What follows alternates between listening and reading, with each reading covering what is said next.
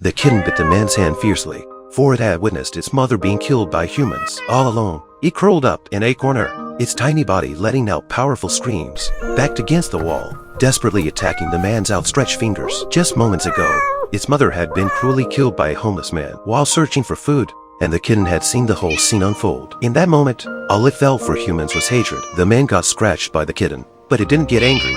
Instead, it pulled out some delicious food to offer it. At that moment, several more kittens crawled out from under a wooden crate. The man realized that if it didn't help them, these poor little creatures might be devoured by stray dogs. So, he made a decision. Just as the Lord teaches us, we must reach out and love those lives in pain, offering them our help.